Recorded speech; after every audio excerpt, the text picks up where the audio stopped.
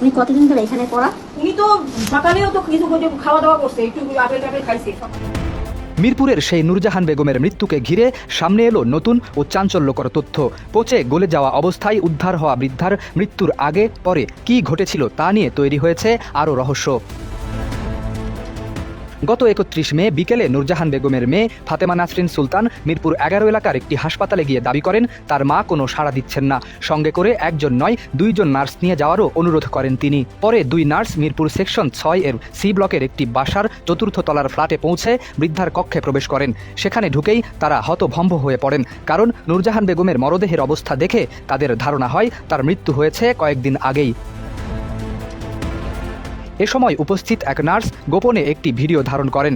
ভিডিওতে দেখা যায় বৃদ্ধাকে পরীক্ষা করার সময় তার মেয়ে দাবি করছেন তার মা নাকি সেদিন সকালেও খাবার খেয়েছেন। তবে মরদেহের অবস্থা দেখে নার্সদের কাছে সেই দাবি বিশ্বাসযোগ্য মনে হয়নি।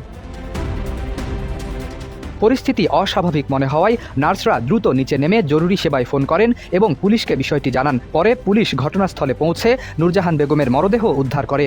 ভিডিও ধারণকারী ওই নার্সের কাছ থেকেই সম্প্রতি ভিডিওটি পাওয়া গেছে বলে জানা গেছে। এদিকে কয়েকদিন ধরে মরদেহ বাসার ভেতরে পড়ে থাকার পরও কেন বিষয়টি গোপনে রাখা হয়েছিল আর কী কারণে এমন পরিস্থিতির সৃষ্টি হলো তা নিয়ে উঠছে নানান প্রশ্ন।